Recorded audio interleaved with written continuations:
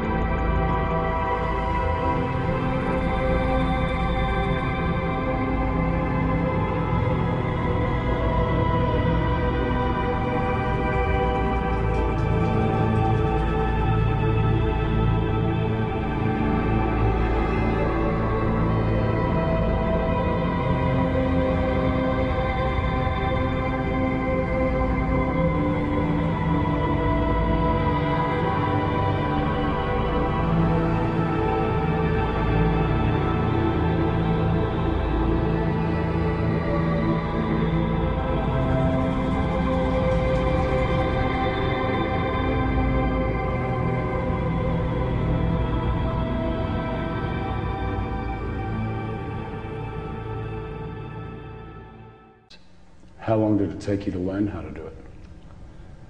It took me about 6 months before I was at the point where I could start doing Solomon's magic with a goetic mirror. And it's a form of worship? Yes, it is. It's my way of worshiping God. We see the pagan gods and goddesses as personifications of forces of nature. And so we have a whole plethora of entities, and even down into the elements, where we have the gnomes and the earth, and we have the sylphs in the air, and we have the undines in the water, and then we have the salamanders in the fire. So we personify all of the elements and everything. We have a little entity of some kind or another, or a big entity for everything. Solomonic ceremonial magic is basically can be broken down into two divisions. The invocation of the angels, the holy angels, to protect you and inspire you and fill you with the power of God, and then when you've got that mastered, then you set up the dark mirror and the triangle, and then you go for what some people would refer to as the demons. But you use that angelic power that you've already acquired through the crystal ball in the center of the circle and on the altar, and you've got the power of those angels to control the demons that you evoke. You evoke them out of your deep mind. And so Solomonic magic, all the way from back in the Middle Ages, can be broken down into those two facets. Tell me the procedure we're going to go through tonight, just what you're going to do, what we're going to see. What you're going to see is the evocation stage of Solomon's magic. This is the advanced stage after you have gone through the series of angelic invocations, which we're not going to specifically do tonight. They've already been done. We've got the angels already inside us and on our side, but we are going to invoke those angels with a pentagram ritual. Mike's going to do that, Frater Salomon. He's going to invoke the angels with a pentagram ritual. Then I'm going to open up the psychic centers, because we are, as far as I know, we are the only lodge in the West that has a full operating system of chakras. We have all the planets and the spheres of the Kabbalistic tree of life right in one straight line. So we operate that way. So we're going to have a ritual after Mike does his pentagram ritual and establishes these four angels that we're talking about and gets them to protect us and cast the circle. Then I'm going to open up the particular sphere that we're working in, the lunar sphere. Then from there we're going to go on up to the sphere of Jupiter. And then we're going to circumambulate around the circle, the magic circle, clockwise, sunwise.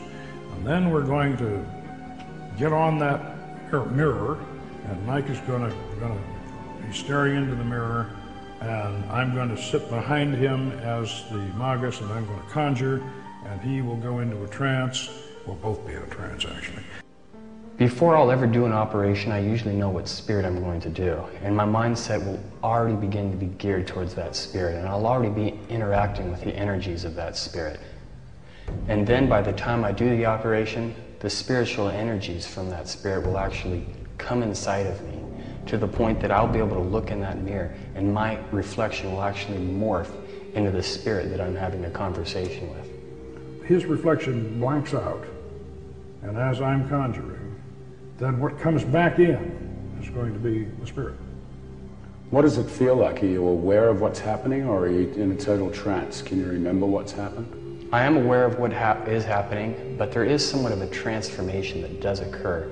So what's inside of me isn't really what's me speaking. It's these ideas that are pouring through me from a foreign energy, and these foreign energies will begin to express themselves in their own unique ways that I'll eventually realize are not my own thoughts. When we videotaped the actual summoning of the spirit in the temple, there were no rehearsals and no retakes. So what you're about to see is real, shown exactly as it happened. And in my professional opinion, it's one of the most remarkable documentations of a supernatural event ever recorded. Lies in the book of spells.